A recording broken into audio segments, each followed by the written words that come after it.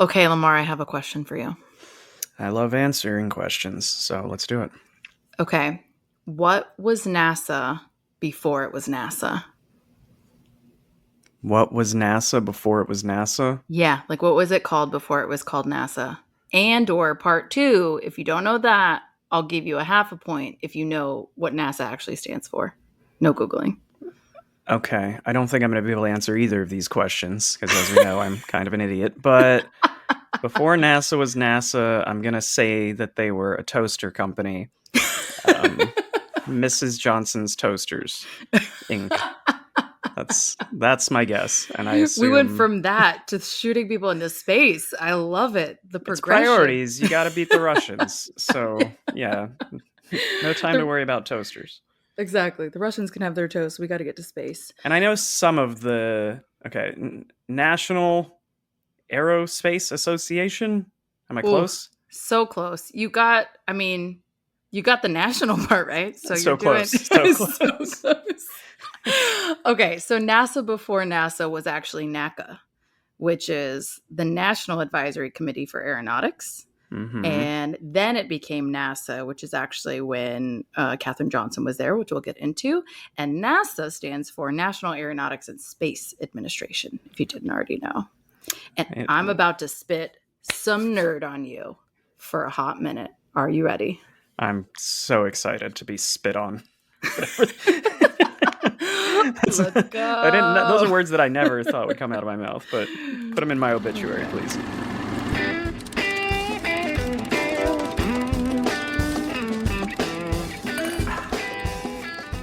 Welcome back to We Drink and We Watch Things. I'm Mackenzie. I'm Lemar. And this is our final installment where we are featuring Black filmmakers in the honorary month of Juneteenth. I say in the month because we're past Juneteenth now, but we've been celebrating all month. And this is our last installment with, drumroll please, Hidden Figures. Okay.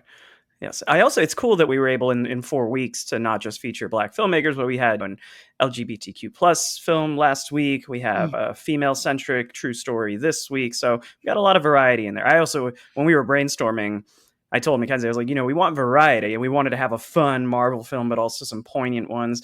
I also thought maybe next year we could do like a really shitty film just to say, again, we appreciate all, contributions there of are Black directors and Black filmmakers of all types. Yeah. Let's share so maybe them all. next year we do a bad one. Like maybe we could watch all the Soul Planes. I don't know how many there are, but it's so true. We did do a healthy mix. And we also, if you didn't notice or catch it, we had a new mix of directors, writers, actors. Like it was a healthy mix of filmmakers of all types too. So yes, also very proud of that.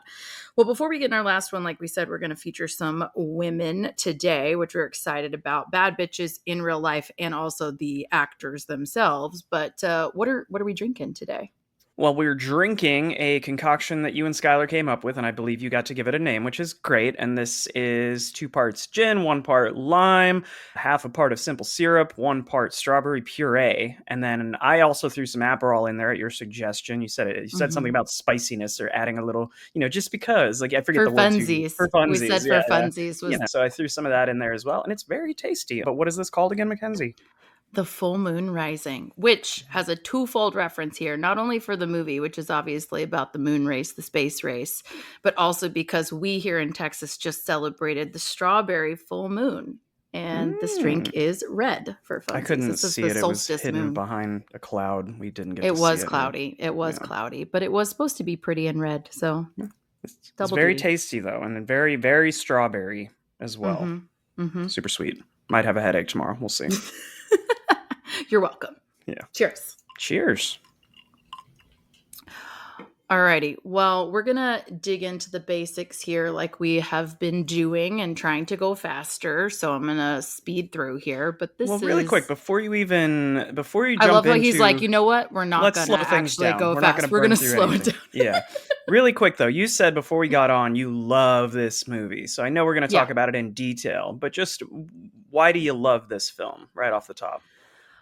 This movie just pulls at the heartstrings, I think, for a lot of reasons, both as a woman and as a nerd and, as a person of color, minority, not Black, but just people who have been in these positions of not always having an example of what you can be when you grow up, so to speak, and all the opportunities there are, and also just some preconceived notions that have been around for way too long about women and what they're predisposed to do, right? And these are women at an age in the late 50s, early 60s who are literally blazing the trail, for themselves, but then for everyone after them. And it's just so admirable, and I'm so thankful, and I respect them so much and their brilliance and the work that they've done. And I just love that this movie, while way too late, is finally honoring these women in a way that's so powerful, so well done, and really pretty true to the story. There are a few moments, of course, for dramatic effect, but overall,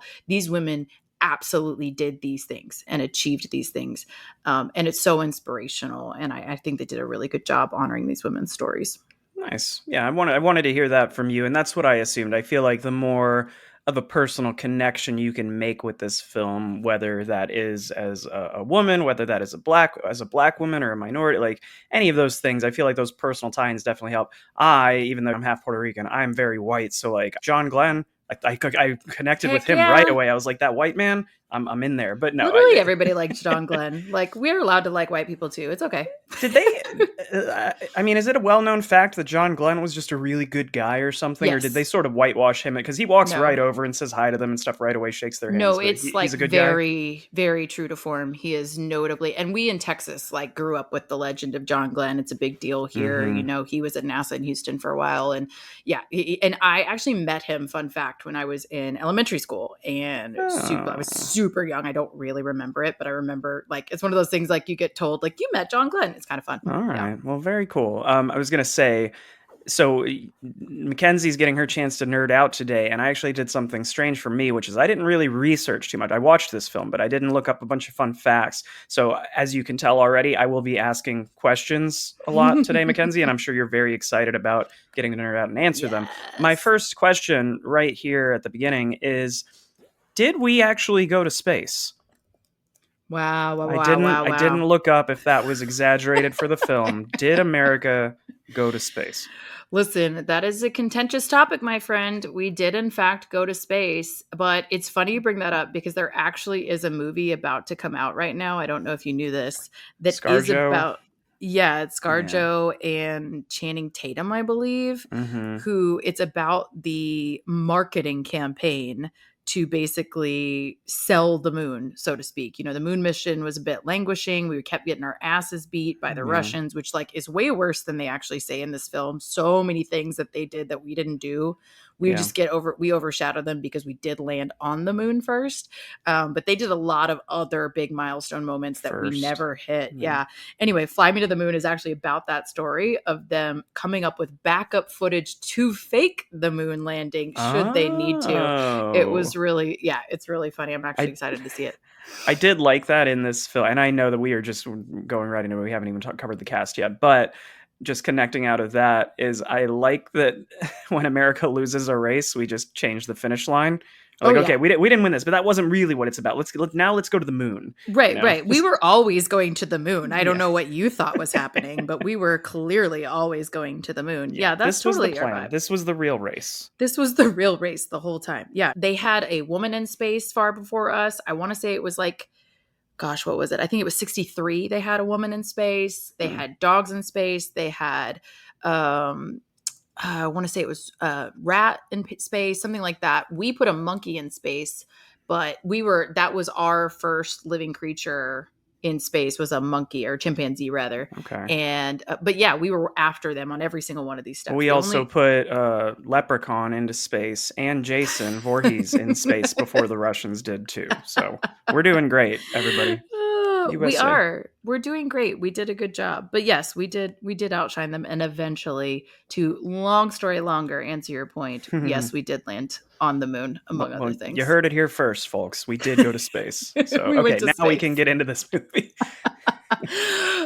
Okay, so if you didn't catch it, what we're doing today is Hidden Figures, which was done in 2016. So not that old, but almost 10 years. We're coming up on 10 years, older than I remembered. It felt newer than that to me, but 7.8 out of 10 on IMDb, which I feel like is pretty solid. And then on Rotten Tomatoes, we have 93% for critics and 93% for audience, which I think is a rare thing. How many times have we had that happen where it's the exact same rating? Not often, and this is a film where it's a little paint by numbers in my opinion. Like, yes, it's a true story, and it hits everything plays out exactly how you think it's going to. It is a feel good film, which for me personally, not my favorite style of film, so my rating might not align with that later. But for that style of movie, it is very enjoyable. Like, it's very touching. You come out of it with a really good feeling and also being educated. So I'll say the same thing I said with Moonlight last week of like, it is an important film. This film needed to be made to give some recognition where it's way past due. But yeah, I did enjoy it, but I don't think I'm going to be giving it a 93% in my rating, to be honest. Little teaser there. Well, it's okay to be wrong. That's totally fine. No. No, I get what you're saying, especially if it's not your favorite genre. And I actually would agree, like, historically, those aren't always my favorite types of films because sometimes they can be a little too, I don't know, extra. I don't know how to describe it, but sometimes they're a little too much. But I don't feel like they hit you over the head with it. With this one is, I think, maybe the difference for me. So yeah, fair. Totally hear you though. So real quick, director is Theodore Melfi, and he did St. Vincent and The Starling, which both are, I think, on Netflix if you want to watch them. And there aren't a lot of credits for him, but those are not super mainstream, I don't think. I mean, like, I've never seen either of them. Yeah. Yeah, I mean, I've seen them in passing. I have never actually watched either of them. They both seem, to your point, actually, to be a little bit sappy, a little bit of a sappier type of film. So that may be why. His vibe. Yeah. Yeah, I feel like that's maybe his energy is what it is. But yeah, anyways, good stuff. We have a couple of writers on this one, partially because of source material, partially because of the film itself. So the film team was Alison Schroeder, who did Christopher Robin, which I have to go on record and say, do not watch. Like, not because I loved Christopher Robin and I love Winnie the Pooh and A.A. Milne and all that. Like, I'm looking at my bookshelf where it's right there. I love it all, but it is rough. That movie is rough. Like, I was sad. I was sad the whole time. And I was like, you're saying don't watch it for the emotional impact, or are you saying it's a bad film? Emotional. It's too, I mean, I don't recommend it. It's like there's no reprieve. I would always rather watch a film with that sort of emotional impact that's going to make me feel some negative emotions, just because I think that's almost like cathartic for me. So I would almost rather watch a really sad film than a really happy film, to be honest. I think my thing is, like, I actually genuinely agree with you overall. I mean, if you looked at my wall of movies, it's a lot of heavier stuff. But I think the thing with Christopher Robin is, like, it never let up. For me, I was just like, I couldn't take a breather, it felt like. So it was too much for me personally. Feel free to give it a shot. But she wrote that. And she also did Mean Girls 2. So for everyone out there who loved the Mean Girls sequel in like 2010, this is, same writer. Exactly. And then Theodore Melfi, who again is our director. So he contributed to the script, sounds like, as well. But then also Margot Lee Shetterly is the source material. So this is based off of her book about these women. So cool stuff there for sure. I haven't read the book, but I should. I feel like a slacker. Our major cast and crew is pretty awesome. We have Taraji P. Henson coming in hot as Katherine Johnson, our lead here. She's done basically everything, but some of her key things are Hustle and Flow was a big one for her. Also, a lot of people probably know her recently from Empire, the TV series on Fox, which I watched a few seasons of, but I just kind of stopped watching TV, so I dropped off, but she was a badass in that. Also, she did the remake that just came out of The Color Purple. So did a really good job there. Octavia Spencer, who plays Dorothy Vaughan, who has also done, I feel like, friggin' everything, just awesome. But she's most well known for, I think, The Help more than anything else. But then Fruitville Station. She did Ma, which if you haven't seen is actually a super creepy version of her and kind of fun to watch. We were doing trivia and the video round, they show you little clips of the films, you have to name the movie, ruined the ending of Ma for me. So now I don't know if I want to watch. Yeah, they just showed like one of the final scenes. I was like, oh, okay, well, good to know how it ends. Oh yeah, don't show the end clip. Yeah, it's only what, like 2 years old, that film, maybe 3. So like it's a little bit older than that, I think. Oh, really? But it isn't Okay. that old. It isn't that old for sure. And it's her like she isn't in anything else, is what I would say. She's a very different character, and I think that's why it's fun. But she's also did Shape of Water, which was great, and then Zootopia. She's one of the voices in Zootopia. She does lots of great things. Yeah. And then Janelle Monáe, who we have talked about already on the pod with Moonlight, obviously was in Moonlight. Glass Onion we talked about as well. She also did Antebellum, but she's, you know, a badass in her own right, musician, artist, fashion icon, queen. Literally. Have I ever told you that story of how I worked at Hot Topic and oh my God, she performed? I literally told her. Loyal listeners will know that I told that story last week. Also, fun fact, spoiler alert, in case you weren't aware, the Q mod was mine. The Q mod was mine. Oh, okay. Well, that's a little inside baseball. Well, no, actually, some of our listeners are probably from our job. So I figured that was you making fun of me on our company's. Basically, it's a meme channel in Slack, and Mackenzie was busting my chops. But y'all have heard how many times this man has mentioned Hot Topic on the pod alone. Imagine that double by work. And I tried actually to go find footage, and I was just too under the gun. I was actually going to make the video like snippets of you saying it and videos of you bringing it in. I just didn't have time. But it was hilarious because Hot Topic was mentioned at work, and Lemar had to let us know that he was. Well played. You mentioned Hot Topic. I used to work there, so we won't have that. Okay, sorry. We can keep moving. I am slowing us down today. It's fine. It's a lazy Sunday, you know. We're gonna do it how we're gonna do it. All right. Kevin Costner plays Al Harrison, who, fun fact, is actually an amalgamation of several people. In case you didn't know, he's not actually a real person. I mean, he is and he isn't. But he's an amalgamation of several characters from back in the space race and director of this program. But he's done Yellowstone is one of the biggest things people know him for now, but you know, The Postman, Dances with Wolves, Robin Hood, which was my first crush of Kevin Costner. I think we've talked about this on the pod. We'll move on. And then we also did Kirsten Dunst again, who we've had on the pod multiple times. She plays Miss Vivian Mitchell, obviously of Bring It On fame. But yeah, she's doing her best Southern accent in this. I didn't love it, to be like, everybody when they do a Southern accent, they have this tendency to like talk quieter in order to get that draw. Like they talk like they don't speak in their natural like level of speaking or keep their rate. They just, I don't know why everyone tends to do that, but she's doing her best in this. I'll just say she never had an appearance on Yellowstone. So I would have thought that Kevin Costner, if he liked her accent, would have thrown her on Yellowstone at some point. It's a very different Southern. That's the other thing I was going to say is her accent is West Virginian. Well, it's supposed to be because they're supposed to be at Langley in Virginia. And so okay. She's actually not doing a very good Virginia Southern accent, which back in the day was in fact the South, but you know, very different now. So I think she went a little too South with her accent and didn't quite work. I agree. But yeah, she's done a bunch of stuff as we know, but we also have Mr. Jim Parsons, who plays another amalgamated character, Paul Stafford. He's supposed to be representative of a bunch of the men that she worked with on this program. And I literally didn't even look up anything else. Y'all know him from The Big Bang Theory. Yeah, and spoilers, he doesn't say bazinga not once in this damn movie. So if that's your entire reason for watching it, you're going to be disappointed.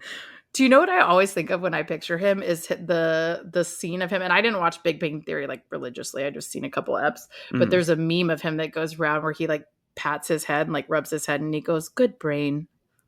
Have you ever seen that where he's like running? I haven't, but that just seems like the type of thing you would relate to. You're like, he does so like nerdy shit all the time, and he's like proud of his brain. I thought it was hilarious and also kind of ridiculous, to be fair. Very cool.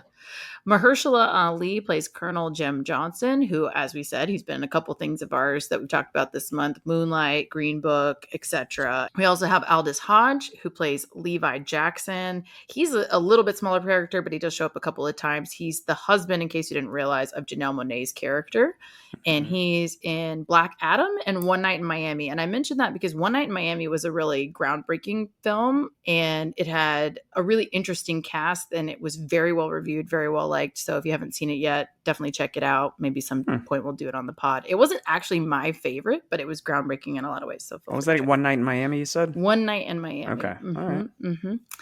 And then Glenn Powell closing us out, playing, again, we said John Glenn. And I put on here for his list of things, I was like, everything lately. I literally wrote down he's in everything now. So he did this one movie 7 years ago, and this year, in 2024, he is in every fucking movie. In fucking everything. He just did Hitman. He did Anyone But You. He was in Top Gun a couple years ago. Mm-hmm. He has Twisters about to come out. He's fucking in everything. And he, by the way, is an Austin, Texas native. So we here, us Austin, Texas natives, are very proud of this young man for going out and being super successful. I looked up his high school too, because I was like, hey, did I ever run into him? But he was super north, totally different area of Austin. Okay. But we're around the same age, and he grew up in North Austin. So I was like, well, maybe I actually met him, whatever, in passing. No, probably not. But yeah, he's gone on to do a lot of great things. He's worked with a lot of great Austin filmmakers like Richard Linklater, which is who he just did Hitman with, for example.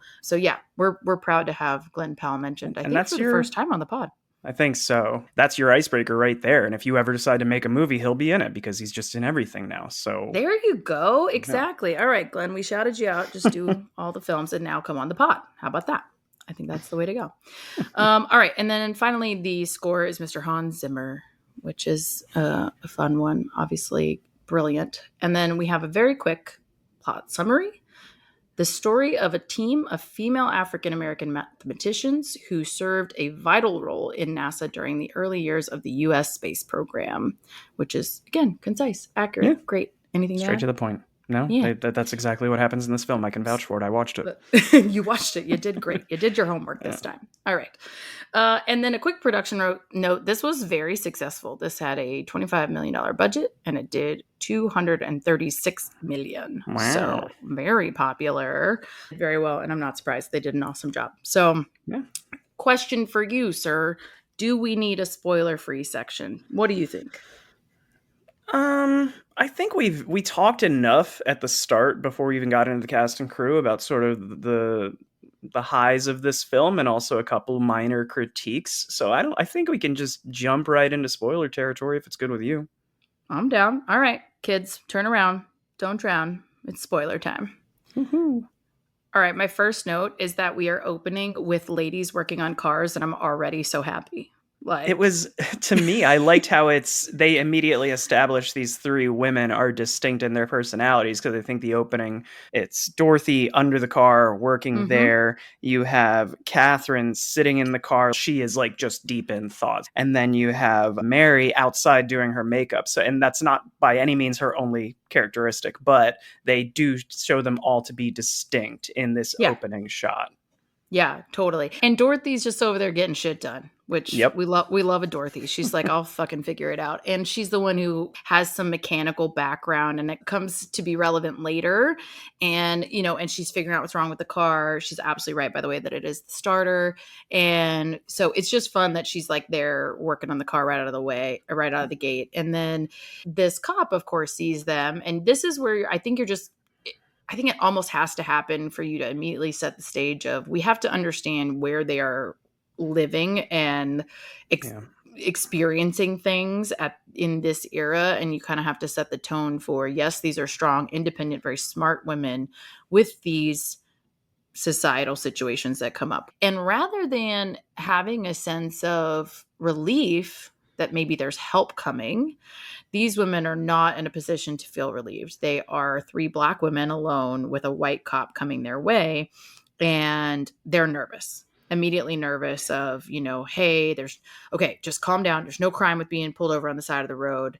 And she's like, and I think it's Janelle Monáe's character who you realize, she's one of the more outspoken, very opinionated ones. Yeah. And she's like, but it's no crime to be Black either. She's kind of ready to come in hot, and you completely understand why.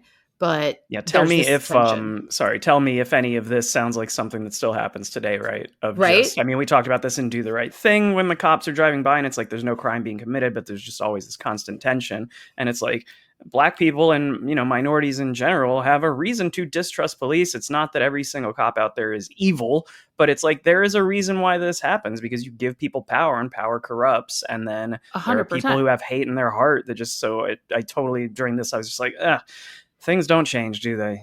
I mean, it's broken down while black. Like the Mm-hmm. reality of that is different for them versus anyone else, really, myself included. And so, anyway, I do think this scene is really good at setting the tone for they can be strong and independent, but they still have these situations. And you see this interaction with the cop. It gets a little tense, gets a little heightened. But what you also see happen is that, again, to your point, all their character traits come out in that Mm-hmm. Janelle's character is the one ready to kind of Mary Jackson's ready to come in a little bit hot. And then Dorothy and Catherine both bring it down, right? And they kind of maneuver the guy a little bit. They sort of charm him and they flatter him and they talk about the space program and they let him go off on his little space, rant, so to speak. And it gets them what they need, which is him to see them differently in a Mm-hmm. way that is advantageous to them and also doesn't end up with them in the back of his car. And not only that, he escorts them to work after she gets the car started, which is awesome. Great scene.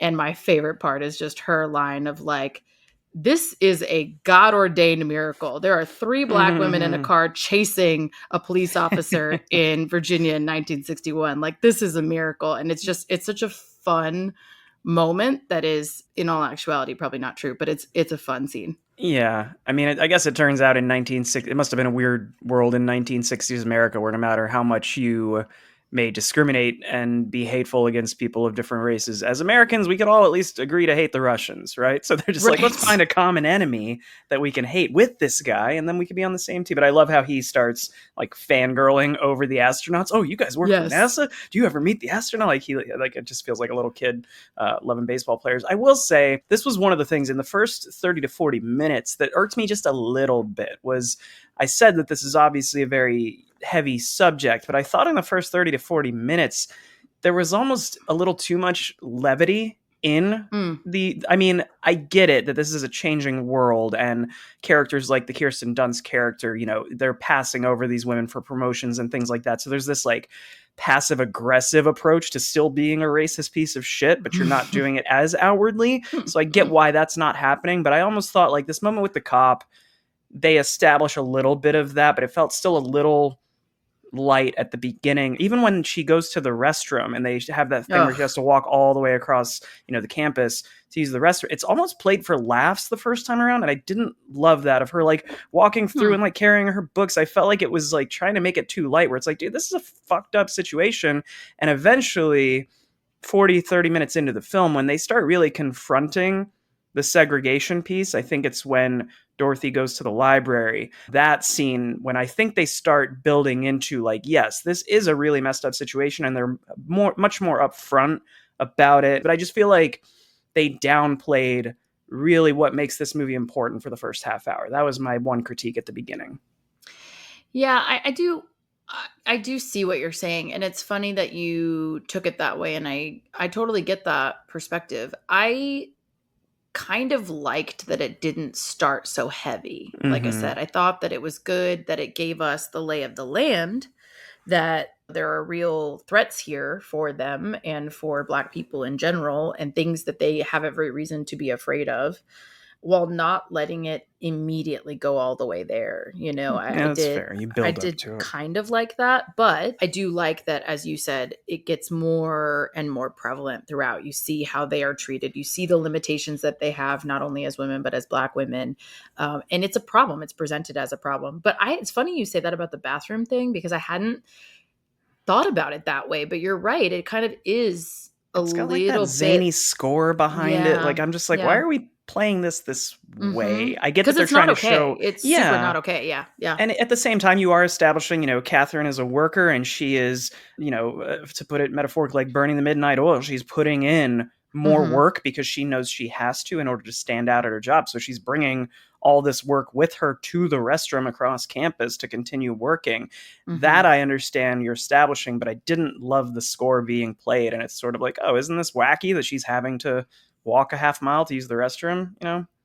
Yeah, no, I totally agree. I mean, again, like now that you pointed it out, I'm like, yeah, it's because I definitely had the reaction of like, this is not okay. But you're right; it is Mm-hmm. presented in this way that kind of makes it feel funny, silly, whatever. Yeah. She gets Um, the monologue later that Yeah. goes into how frustrating that is. So I do think that that becomes earned at some point, and they sort of correct those wrongs. But it just says, from a directing point of view, that just didn't sit right with me. Yeah. No, I agree. I hear that totally. And I think too, like, to present Katherine Johnson, I mean, just going down that rabbit hole a little bit, to present her as in any capacity somewhat zany, which Mm-hmm. again, I know you're trying to show her as a workaholic where she's taking her work, but she's running in heels and, like you said, the Mm-hmm. score and all this stuff, it does make her look a little zany. I think sort of undermines her utter brilliance, Yeah. to show her in that capacity is a little, it's not intentionally disrespectful, don't get me wrong, but I could see it like being on the line, because this is a woman who graduated high school at 14 and college at 18 and is just truly a genius. Mm-hmm. And yeah, to present her in this kind of comic booky way for a hot minute is maybe not the vibe. I totally hear you. I Yeah. agree. Cool. But yeah, so we meet, speaking to Katherine Johnson's brilliance, right? So you see her and she's introduced to us as a NASA computer, which for the youngins out there used to be people. So uh, this is actually, computing used to be manual. I know that sounds shocking. So actual mathematicians did this work, which I just, oh my God, I bowed before them. Mm-hmm. And she was one of them. She was brilliant. And she's in this pool of computers. And what I love about this introduction is that you have a room full of what? 30 Black women who are all brilliant in this same way. And I think that's awesome. So she's the smartest of them, for sure. She's the genius in the room, but there are a ton of brilliant women in this room. And I think that's really cool. Mm-hmm. And it's cool that NASA was hiring them at that time, which, again, nerding out.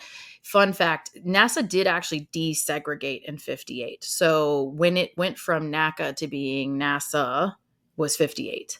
And it did desegregate at that time. So they were hiring Black women. Like, this is true. There were big computing groups. There were people of all colors. They did not have separate restrooms. So we'll get to that later. Oh. But they do have this hiring practice. They were hiring people that no one else was hiring, which, again, the cop kind of makes this side insult, backhanded insult to them at the beginning as well. Of, I didn't know they Mm-hmm. were hiring. And Dorothy interrupts, women? Women. Yeah, there are a lot of women working at NASA. So But it's yeah, almost like we should trust the smartest people in our society to sort of establish period. the rules, as opposed, trust the scientists and trust these geniuses, as opposed to just, people with money or people with the loudest voices. Just listen to what the smart people have to say, please. Yeah, I mean, and quick sidebar there, just I'm not to get on a soapbox, but like there are some great quotes, and I'm neglecting to remember who said it. I think it was Neil deGrasse Tyson who says this about our politicians. Is he said, "Where's the rest of the world when it talks about politicians? Why are they all lawyers? Why are they Mm-hmm. all lawyers and businessmen? Where is the rest of Yeah. society? Where are the scientists? Where are the teachers? Where are the, blue collar workers? Like, to be a truly representative government, you have to have Mm-hmm. the smartest people from all these walks of life, because they are there, right? It doesn't matter if they're blue collar. It doesn't matter if they're a scientist or a teacher. There are brilliant and valuable members of society in all of these areas. And we should listen to them. So anyway, I think this complements that very well. Yeah, I totally agree. This is almost like, politicians are just people who are very good at manipulation, for lack of a better term. Just, they're good public speakers. They're very Mm-hmm. convincing. Some of them do it for positive change. Some of them don't. But yeah, Mm-hmm. that is interesting that they all end up coming from similar backgrounds. And a Yeah. And NASA it's not genius might not be diverse. the best public speaker. But think about it, like a Neil deGrasse Tyson is a great example, right? He is a very well-spoken scientist and he has gotten a lot of attention Right. that way. It does not then mean that he is the only brilliant scientist, Right. right? And so that's, I think it speaks to the different things that people have to bring to the table. And again, circling back to these women, they all have different strengths. Dorothy is not going to be a Katherine Johnson. She's not going to be the genius who figures out the trajectory for John Glenn, but she is going to be the one who figures out the mechanics of a machine, right? And Mm-hmm. figures out how to organize and supervise her team and all these things. So these are all super important, valuable skills. And I love that from the jump, they show us all these different women with all these different skills that can all apply to this one common awesome goal. I also like that they introduced Mr. Al Harrison, who again is an amalgamation of characters, one of whom was the director of the Space Task Force, but he is supposed to kind of be inclusive of a couple other folks. And he just comes off as a real gem at the start, if you ask me. I just love him. That's my first note. Harrison's a gem. He is here to get the fucking job done. You know, like he just kind of doesn't care about anything else. And you hear and see all the reasons why. And like, I respect the shit out of it. Like they had a goal and he is single-minded in that goal, albeit not necessarily unreasonably so. Like, I don't think he's over the top. He's intense, but I don't know that he's over the top. And per he's se. being, I know he's a fictional character, like an amalgamation, but he's being tasked with, basically Cold War, of just like, we want to beat them. This is how it's going to happen. So when you have that weight on your shoulders, that's the attitude you have to have, of like motivating and driving for results without being a total dick about it, which that character does walk the line really well. Yeah, I think that's exactly the best way to put it. I think he walks that line really well of, I have all this pressure on me, and the program on its whole is moving forward or not by my leadership, and I've got to move these people forward. And they show a couple of the space program quote unquote failures that happen during this time and how that increases the pressure, right? Sputnik gets up in the air, which if you didn't know is the satellite. We're then assuming that the Russians are watching us, and not only that, they're way ahead of us, right? And then Gagarin gets up is the first man to get into space. Oh, another fun factoid. Do you know who our first man in space was? John Glenn. No. Al Harrison. I'm just going to go down the cast list. Characters. Dorothy Vaughan, first man in space. Yes, Dorothy Vaughan should have been the first man in space. That would have been awesome. No, it's Alan Shepard. He's actually from New Hampshire. Okay. He doesn't orbit like John Glenn does. But anyways, so you see several of these quote unquote failures that then put more pressure on Al Harrison, right? Of like, I got to get this program going. And one of the tools that's supposed to help them do that is the IBM, right? Which is like an existential threat also to all these women's jobs, right? So what's really cool and like good and bad about this is that, Katherine Johnson is in this space task force now. She's the only woman. She's a Black woman. She's being isolated. She's not being treated well. She's being given a fucking colored coffee pot, which is bullshit. She's having to run across campus, as we just talked about, to just go to the restroom, to the segregated restroom.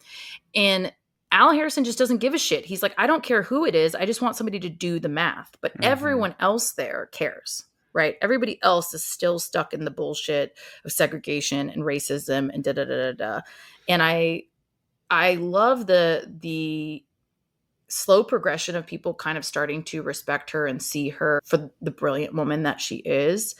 And I love that Al Harrison saw it right away, needed her right away. But it does take him a hot minute. And I do think we have to acknowledge that. It takes him a hot minute to see that other people are not treating her that way, to see the treatment she is up against and the harder situation she is going through just to get her basic work done that the other men in the room are not experiencing. And I think that's her big challenge. And then Dorothy Vaughn's big challenge is that she's not being given a supervisor position, but she is doing supervisor work. But because of the IBM coming in, she can see the writing on the wall of I'm not going to have a job if I don't make myself irreplaceable. And the best part of this is that she brings all these women with her. She's like, I'm going to learn it and I'm going to figure it out. And I'm still going to be the lead in here. And because I have the skills to do this and I should, but I'm also going to teach all these women how to program this machine. These are the first programmers, ladies and gentlemen. This is fucking cool. This is fucking cool that she teaches herself this language, which at the time was Fortran, by the way. First programming language that they used at NASA. She comes in, she learns it, and then she teaches it to 30 other women and gets them all jobs. Like, this is so fucking cool that she is leading the charge here. And simultaneously, they're doing this all together. Yeah, I liked that approach of the film because I knew very little about the true story behind this. So going in, I assumed that these three women would all be doing the same jobs at NASA. They'd be in the same room for most of the film, and that's not how it works. I like that there's three distinct storylines happening, and they each have their own profession that they're sort of doing or pursuing in Janelle Monáe's case of like, trying, what is it exactly that she's trying to get approval for? So she's also a computer in the computer program at this time, but she is trying to become an engineer. She specifically wants to be an engineer, and she is actually being mentored by a scientist at NASA who is from Poland, who again is a fake name, but is based on a real scientist who was also Polish and was her actual mentor, who is trying to encourage her to become an engineer as well. And he's telling her, you can do it. And she's saying, I got to fight for it here. It's so much harder for me. Okay. Yeah, I really liked how it's 3 different storylines interwoven, and they're still friends outside of work. I assume that part is true, but so they're still having these conversations and whatnot, but you really do get to see 3 distinct areas of NASA and 3 different sort of rooms and experiences and whatnot that are going on at the same time.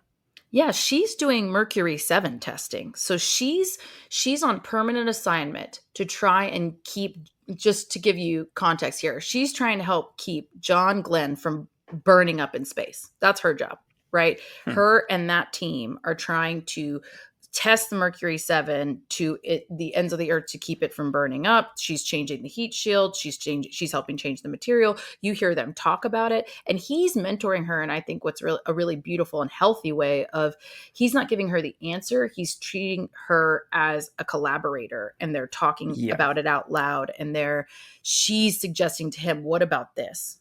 What about this? And I love her line back to him where he's encouraging her to go to school. And he's like, you need to be an engineer. An engineer's mind should be an engineer. When she pushes back that she can't do that here, she has no woman has been able to do this, yada, yada. And he says, if you were a man, wouldn't you want to become an engineer? And she's like, no, because I'd already be one.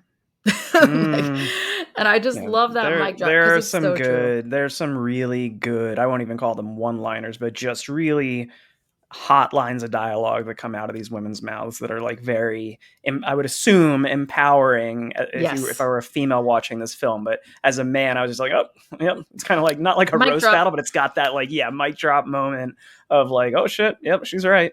And I just love the faith that they have in both themselves and also in each other. And like when their faith is waning and maybe themselves, they have each other to then boost them back up. Because of course, this is a battle, right? Like all of the things they're going through are battles, and you're going to have weak points, and they're going to feel strong and confident one minute and have a hard time the next, right? Like that's just real life. And I love that they are backing each other up through that. And I love the car scene too, to your point, just these fun lines where she's ordering them around. She's like, I sound like a supervisor, don't I? Like, and then Janelle Monáe's like, yeah, salty, mean one. She's like, but yes, a different quote I was going to call in relation to what you were just talking about was, I like when Janelle Monáe's character is speaking about this struggle and she's just complaining and, like, obviously she wants to be heard, but I love when Dorothy says to her, well, then petition the court, like fight for what you want. But we're playing cards right now. But we're done hearing about it right now. Yeah, okay? Can you calm down? Do something about it. Yeah, I liked that of just like, they're friends, they're motivating each other, and sometimes a friend needs a good hard kick in the ass, so then go do something about it. Stop complaining about it. Let's play cards. And Mary turns to Catherine and is like, have I been complaining about it? And Catherine's just like, for days. Like, we're done. Yeah, no, you see anybody, I think, can see they're good friends in that scene and in those interactions for sure too. They're there for each other, and they're badass, and they're there for each other's families. And yes, to your point / question, sort of, that was true. They did really come up together and stay friends. And I guess to me, that's not super shocking, right? Like you have very few allies in this context, right? Like you would want these people on your side. So another great person that I feel like we do need to spend a quick minute on is Katherine Johnson's husband. So she was Catherine Roble at the start of this, if you didn't notice, but her husband over the course of this film is Colonel Jim Johnson. They meet during this film. And he's a real gem in that he was in the I want to say it was Marine Corps or Air Force. I can't remember in real life what it was. But anyway, he meets her after she's been widowed and she's got her girls. And this is a true story. They met a little bit before this, actually, because I think this is supposed to be placed in 61, but a little bit before this. And he was really her rock through all this and was very supportive. But what I think is super funny is when they first meet, he puts his mouth in it right away. I was going to say, I wrote down my first note about this character was, or this person was, is this Mahershala Ali's like least smooth talker role that he's ever had? Like he just seems like sure. not super suave at all in this one, at least to start out with. But I thought that scene was pretty funny. Yeah, I just love that, everyone is setting them up. Everyone is like trying to, which is like, it's, I don't know. I feel like that's so typical of that era too, of just like, you can't be unmarried for too long, you right? Can't like be a single mother. How can you live? A single mom. What are you doing? And so, so everyone's, I mean, don't get me wrong. It's Mahershala Ali. Like he is a tall drink of water, to take Mary Jackson's words. I would sign up for that conversation. Yeah. Right? If he was at a party that I was attending, I would ask him to come over and talk to I'd ask him to come talk to Janelle. I'm like, you can do better than me. Go date Mahershala Ali. Do me a solid. Get him in. Right. Yeah, exactly. For sure. He can come talk to me anytime. But she's super nervous about it or whatever. But everyone's trying to push them together. They have this great initial conversation. But then he immediately, foot in mouth, is like, they let women handle all that stuff. And I just had to call him out, because what in the actual, I have it in all caps in my notes, sir. Like, sir, no. Yeah. And I just love her mic drop there, which if you have not heard, it is in the trailer. So if you've ever watched a trailer of this film, you have heard it. But she then gives him her resume, which is fucking impressive, right? And then she's like, and yes, NASA hires us. And it's not because we wear skirts. It's because we wear glasses. And then she pushes her glasses up. And it's so fucking cute. And it's such a great mic drop. And I'm sure that's not how it was said, but I don't give a shit. It's just one of those great moments in this movie. I also love another fun line at that time too, where you see shortly thereafter they meet John Glenn, who again is a white man, white astronaut, comes over, talks to them. It's very nice, all the things. But Mary Jackson is like, he looked good. And they're like, I cannot believe you are crushing on this white man. And she's like, listen, it is equal rights. I have the right to see fine in every color.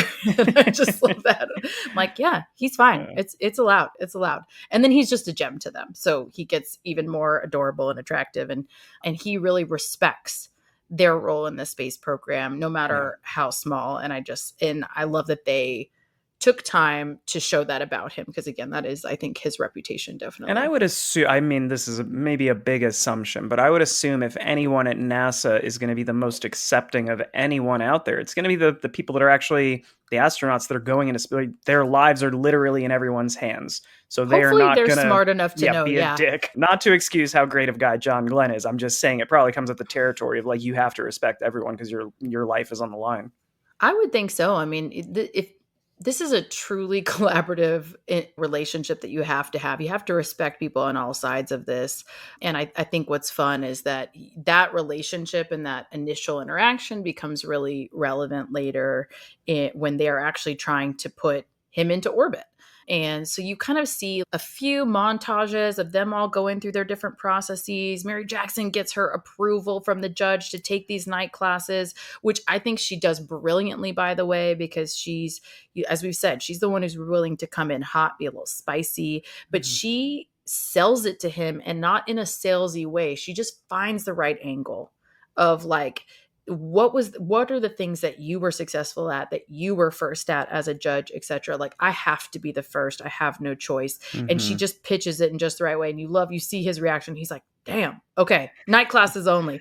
But I just love that she wins not by brute force in the situation, which is the way you think she's maybe going to handle it from how she's been shown to us so far. But this is a very catch more flies with honey situation. And she gets what she needs to go start taking these classes. Again, these are very smart women, not just, book smart, but street smart of like how to communicate with people and arrive at the conclusion that you want, right?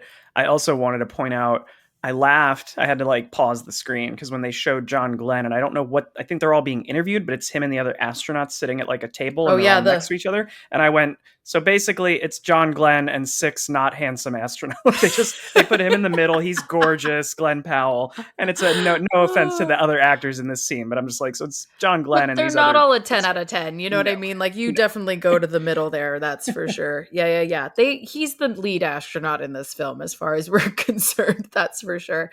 But yeah, other folks did get attempted missions before him, before he orbited as well. Fun fact. But I think one of the things too that's really cool is that you see them make these progressions, so Mary's going to school, she's going to get her degree. Dorothy is learning the IBM, she's teaching other people. And then Catherine is figuring out this calculation that is so critical. And Yeah. these men in the room are begrudgingly realizing how brilliant she is. But then she has that moment where, again, we're talking about Al Harrison has tunnel vision. This is the mission. We are all focused on this mission. And all he notices is that once a day or twice a day, she's gone from her desk for 40 minutes at a time. And he doesn't get it. He's like, what the fuck? Like, this is what we're doing here. So he rips into her when she comes back in front of everybody else. And she's not the first. Like, he'll call you out is the point, right? So it's not discriminatory in that way, but he's pissed. And she gives the best monologue where she has just cracked and basically tells him what for, of like, these are all the challenges that I have. I can't even drink from the same coffee pot as you guys. I can't find a bathroom within a mile. I've got to walk a half a mile both ways just to go to the restroom while carrying my work and doing as much work as you. And it dawns on him, which is, again, I think the flaw here, right? Like, he should have noticed some of this sooner. Like you said, he's got the tunnel vision, so maybe he's ignorant to these things are happening, but it is weird that he would wait this long to call her, like to ask, like, hey, what's that? And he could have done it in a better way than how he actually brought it up, right? I think what's interesting about this scene to me is that it is so brave, and she's so eloquent in this moment of rage, really, and sadness, I would imagine. She still stands her ground in this really beautiful way, I think. But I just wonder about the reality of saying something like that.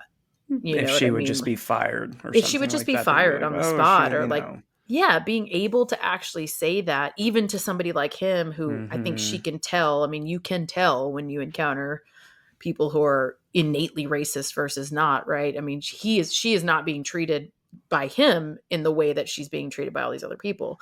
But is it still a safe space to like scream at your boss? You still just screamed at your boss. You know what I mean? You're making a good point of, it is an incredible monologue.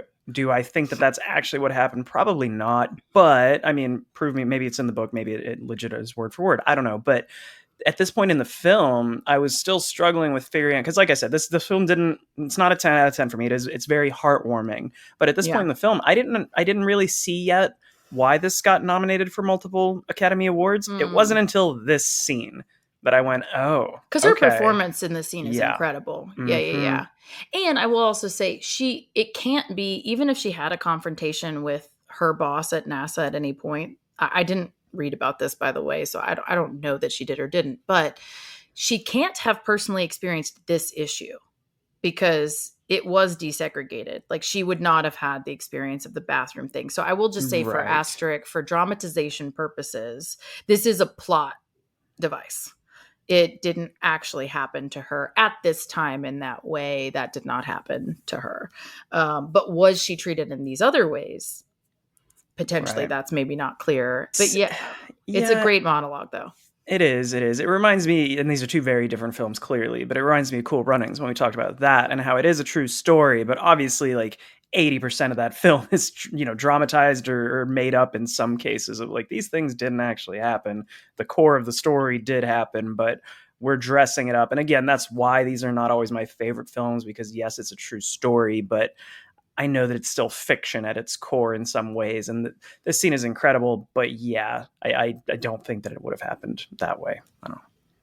Yeah. And I think what's would be nice is if she had gotten that opportunity to just address the other issues in the room, be able to call out the people in the room and make them realize that, like, she's doing the same work as them, or doing work that they can't do, right? Like, how long did they look for somebody who could do analytical geometry, and they didn't have anybody on staff who could do it? She's coming in to fill a gap that they need.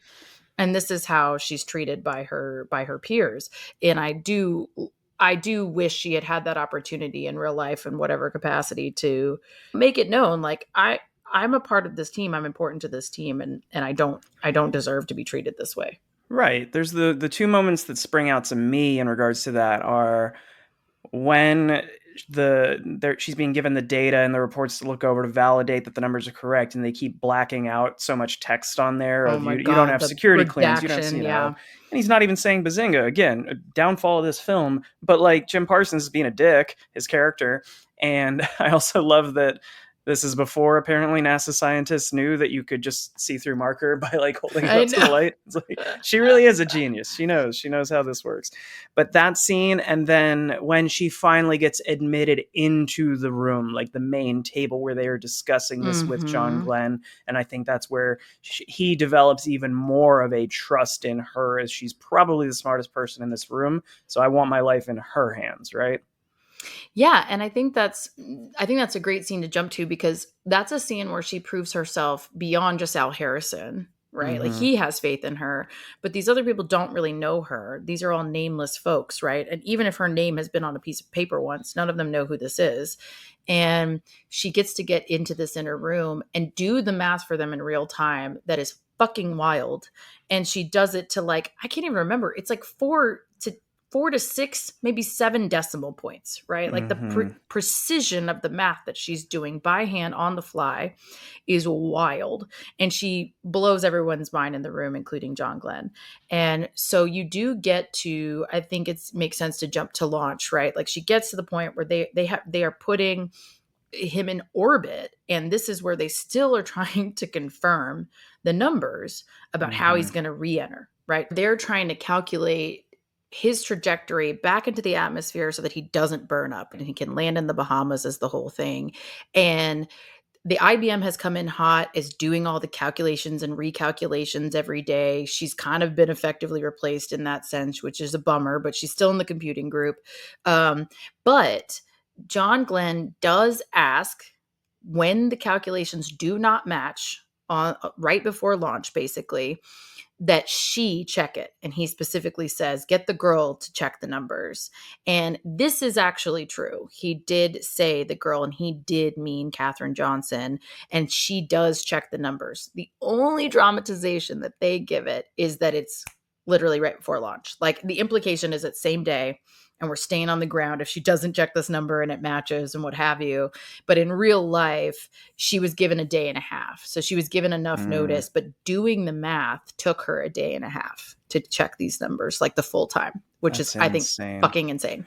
Yeah. I also like that I don't know if this is actually how it was said in real life. Obviously, Catherine wasn't in the room, but that he just refers to her as the girl. I think that's like a term of endearment.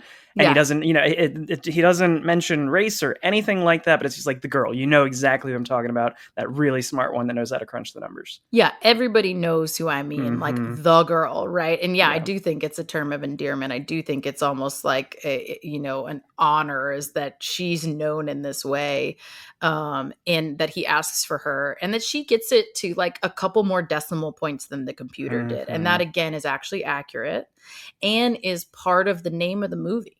If you didn't know, it's called Hidden Figures for those hidden decimals that a calculator doesn't always get. So it's like a double meaning. I get it. Yeah. So it's like, not only it's kind of a pun. Yeah. Or not pun. It is, to your point, is a double meaning of, it's for the women who are behind this, obviously, that have not been given the credit they deserve, but also the extra digits in that calculation that a computer doesn't always get, and that they could get, that she could do manually in her head. That makes sense. I did write down, and this is just it's the downside of making films that are based on true stories, where we know it's like you lose a little bit of the suspense. So I wrote down in my notes, oh, geez, what's going to happen to John Glenn? Is he going to make it? This is like, we obviously know how this plays out. So some of that drama of him being in space, and like, it's like, oh, he went radio silent. Oh, no. It's just like, okay, we know how it plays out. So a little bit of that, but I can understand how future generations, there might be a time where people don't know who John Glenn is right away. So I think this movie will definitely be more suspenseful for the youngsters. Yeah, and also I think, unfortunately, it's easy to mix up a lot of astronauts in the space program too, right? Of like who did what. So I think even if you do like the space program, or you do know we landed on the moon or what have you, and Neil Armstrong, do you know anybody else, right? Like, so there's a lot of that maybe comes up here, and I do like that they do find a way to create a little suspense here still, of you're not quite sure if they're going to take off on this day, which, to be fair, they show launch day, that he actually launched at this time. But I think it was I think they had tried, I want to say 7 times comes to mind. I could be wrong. Don't quote me, but they had tried multiple times for his launch as well. So there is some suspense of like, will this happen this time? Got it. Okay. I was going to point out during that scene, for as much as it wasn't super suspenseful for me, that got me thinking about the visuals in this film, and I do think everything in the film looks great. The parts where he's flying through space and sort of like the atmosphere and stuff whipping by, and you see like the flame. I think the visual stuff in those grandiose scenes are really cool, but it feels authentic. Everything in here looks, what'd you say, 1962? It looks legit. It feels legit. For as sort of light as some parts can be, this does feel like it's taking place during that time period, and that was pretty cool to see. So I would almost argue that this might be a better, like more accurate NASA film than Armageddon was. I have to think about it. It might take I may need to sit on it for a couple weeks, but I think this might be a little more accurate than Armageddon. Wow. It hurts. It hurts my nerd heart. It really does. But no, I mean, all that to say, like, that is the climax. It's a big moment of the film. They launch him. They bring him back safely. She is directly involved. All of them are directly involved in the success of this mission.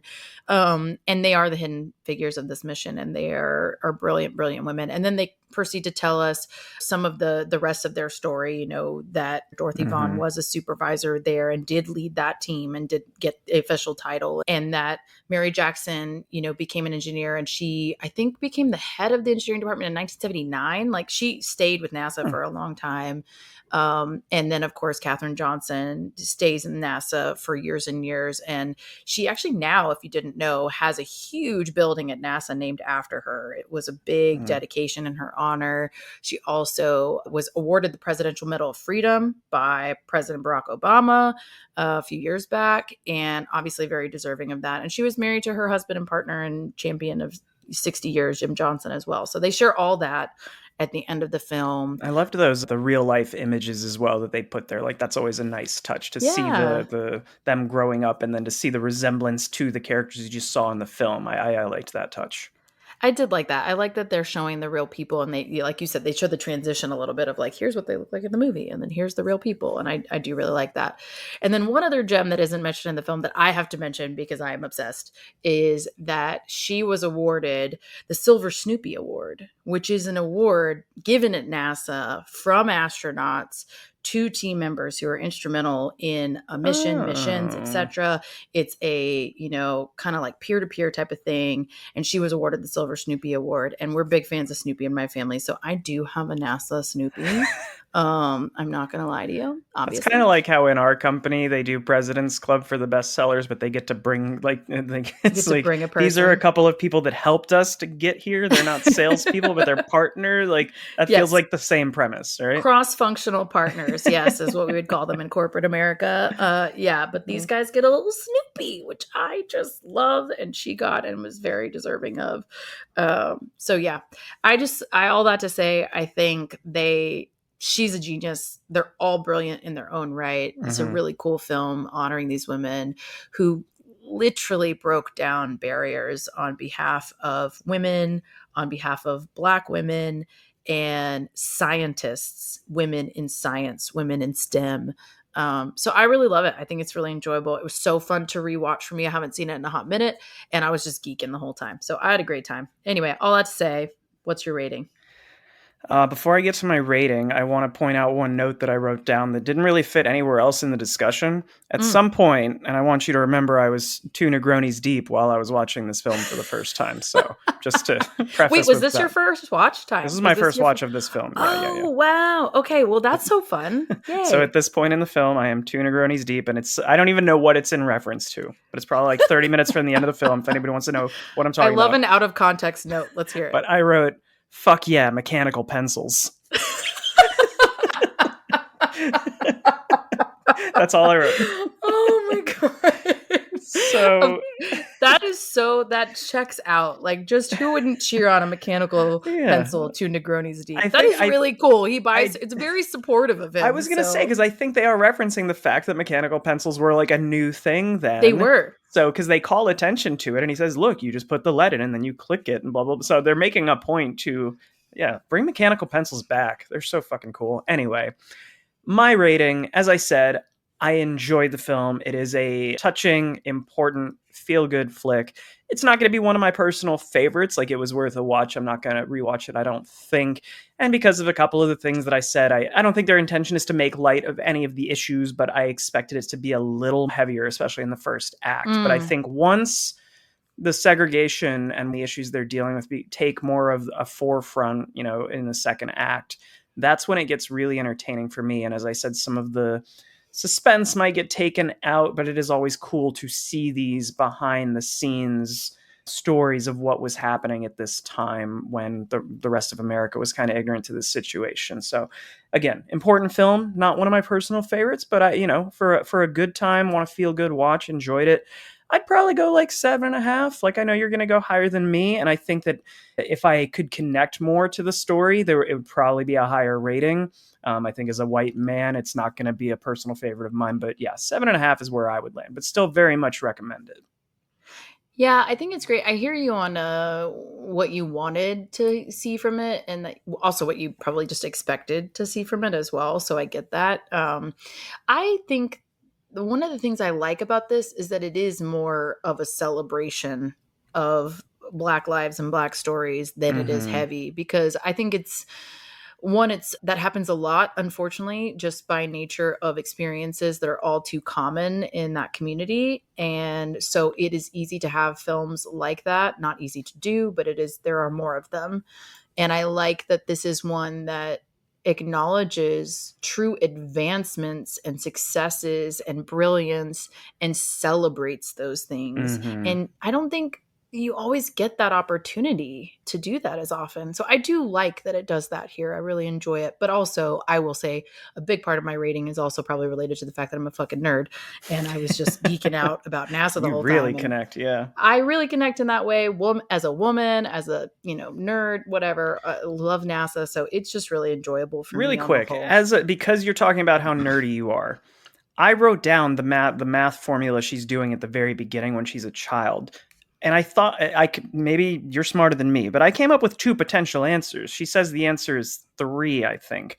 But I'm going to I will text you the actual, formula, because I think the answer could also be 1. Well, it's the quadratic equation, I know, is what she's doing at the very beginning, but I don't remember the exact numbers involved. And she's trying to get to 0, Okay. Yeah.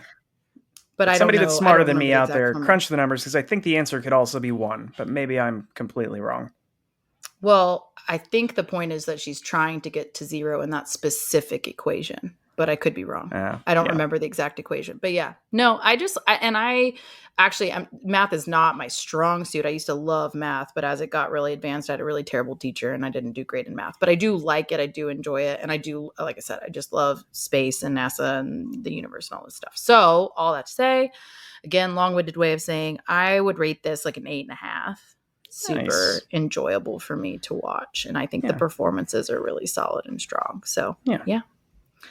All right, friends. Well, thanks for listening to me nerd out and Lemar ask dumb questions for about an hour. We did great, I think. So thanks for joining us. But come back next week for the beginning of our summer fun flicks, where we're going to kick off with the Sandlot. Armageddon. Oh, okay. Sandlot. You're just trying to work in the Armageddon today. You're like lobbying. I know that we're probably never going to watch Armageddon on the pod, so I want to get my. To be honest, I don't think we are. I mean, I would have to get super outnumbered for that to happen. But yeah, but join us for the Sandlot, which we can all agree is worth a watch. And are we going to have a special guest next week? We might have a special guest. Stay tuned if you would like to find out. And in the meantime. Yeah, follow us on our socials. We drink and we watch things. I think Instagram is where we're most active, and we're trying to get a little more engagement going there. So give us a like, give us a subscribe. If you do listen to the pod and you've never rated us on whatever platform you're using, please make sure that you do that. That helps us to grow our audience and all that good stuff. And I think I got everything, Mackenzie. Is that right? You did. You passed your test. Awesome. I will allow you to leave for the day. All right, kids, go have a drink and watch a thing. Cheers. Cheers.